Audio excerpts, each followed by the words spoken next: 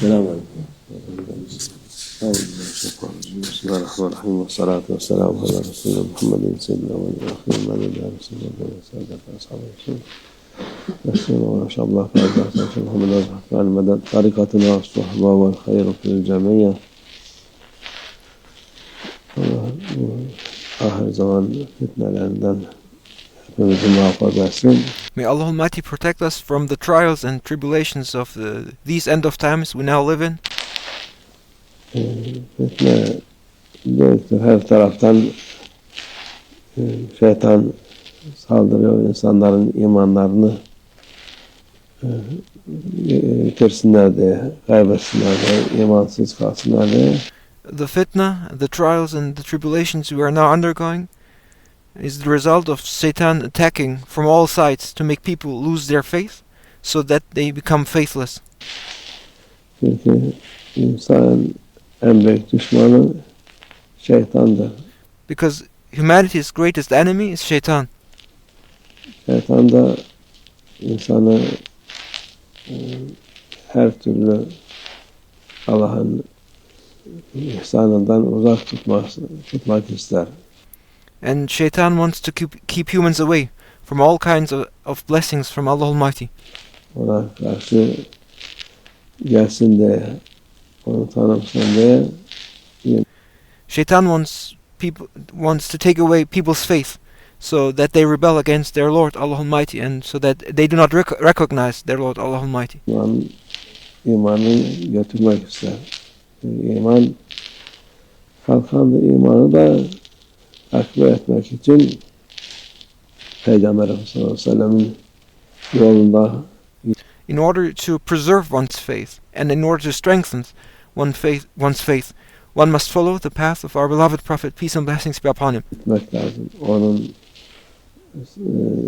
gösterdiği yol, onun sahabelerinin, alimlerin, evliyaların, mezheplerin yolunda devam eden inşallah imanını kurtarır.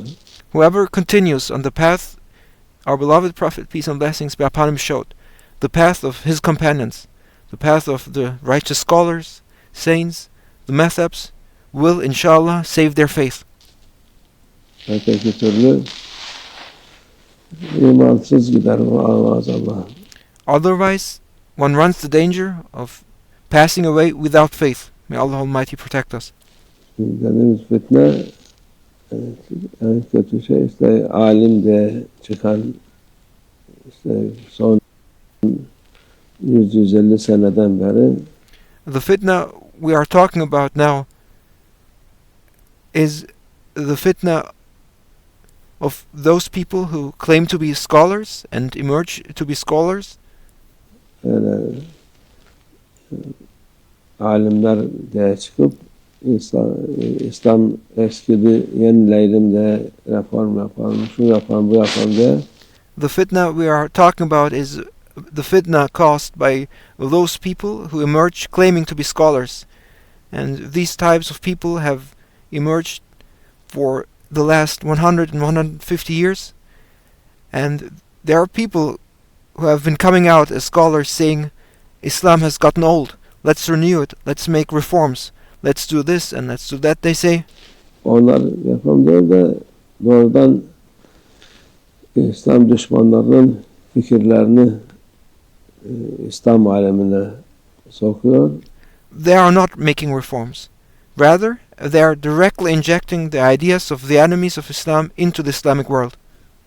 Onun vesilesiyle de imanlarını gideriyor insanların, imansız bırakıyorlar.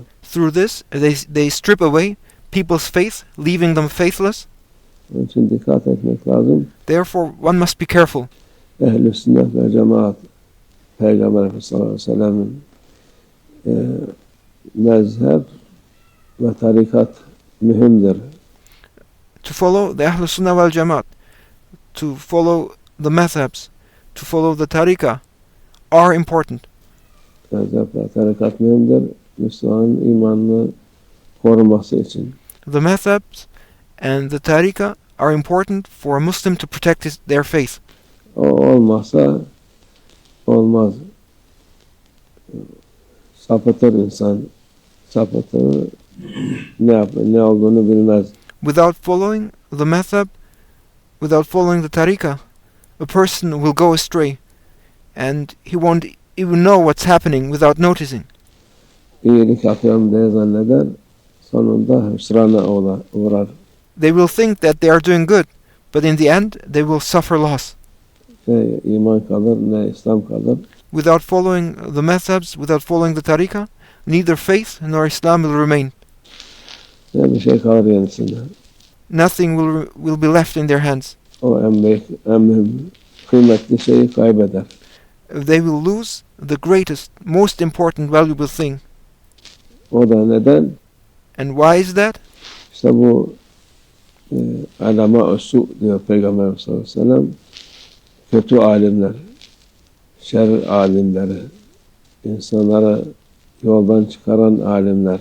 It is because of what our beloved Prophet, peace and blessings be upon him, called the scholars of evil. They are bad scholars. They are scholars of wickedness, and these are scholars who lead people astray. İslam diye ikiliyorlar, okusunlar, imansız çıkıyorlar. They read a few lines in the name of Islam, and in the end they make people become faithless. İmansız çıkıp başkalarını da yoldan çıkarıyorlar. They make people lose their faith and lead others astray from the right path. Hem de yani din olarak dindar olalım diye okuyup da insanları dine davet edelim, dini, imanı kuvvetlendirelim diye bu alim okuyan insanlar, garipler, ondan sonra iman kalmayıp da imansız oluyorlar. Allah muhafaza etsin.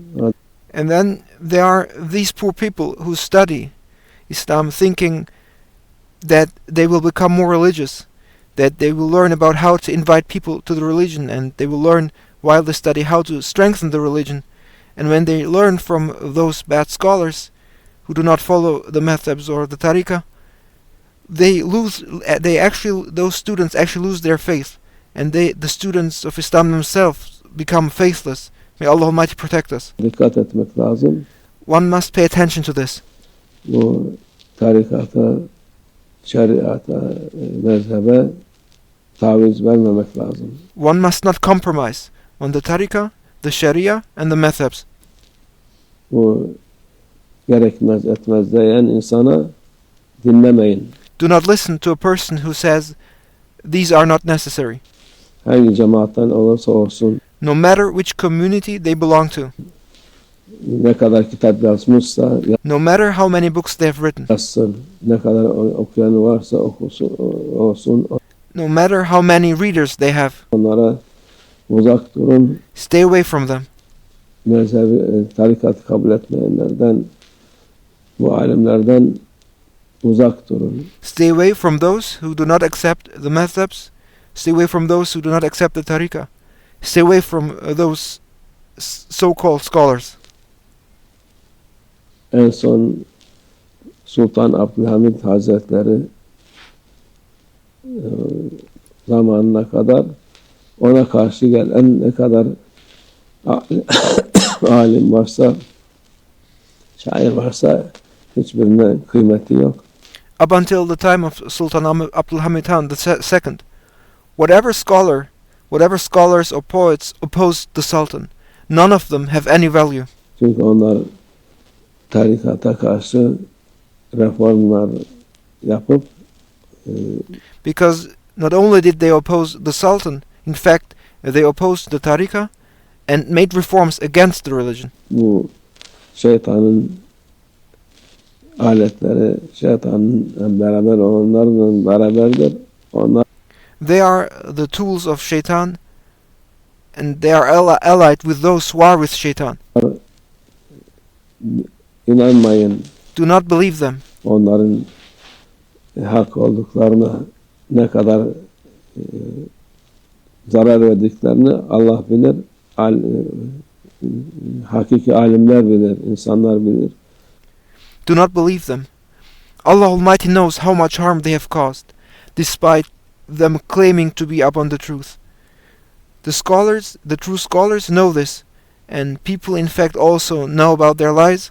Ondan da garipler sesler çıkıyor ama seslerini kapatıyorlar. And the true scholars, they do raise their voices, but their voices are being silenced.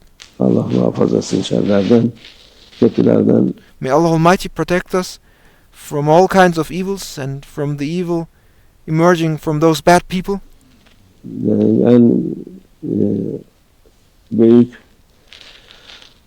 tehlike, en büyük vebal bu gibi insanlardadır. The greatest danger and the greatest burden of sin lies with such people. Bunların insanları yoldan çıkaran insanlarla vebalları var. Those who lead people astray carry a heavy burden of sin. Onların yüzünden Osmanlı'dan sonra Osmanlı'nın son zamanlarını gene insanları ellerinden yani sırf manevi değil de maddi olarak da Because of them, after the Ottoman era, and even in the late Ottoman period, they caused the death of millions of Muslims, not just spiritually, but materially as well. milyonlarca Müslümanı öldürmesine sebep oldular. Yerlerine, yurtlarından atılmasına sebep oldular. They caused countless people to be thrown out of their homes and homelands, and they made people, Muslims, suffer both materially as well as spiritually. Hem maddi hem manevi. Daha da insanlar uyanmıyor. They have harmed people materially and spiritually, and still people do not wake up. Ne yapıyor? Onların peşinden giden çok var. There are many who follow after them. Allah akıl fikir versin, uyanıklık versin inşallah. May Allah Almighty grant people wisdom, understanding, and wakefulness, inshallah. Ve minallah tevfik el Fatiha.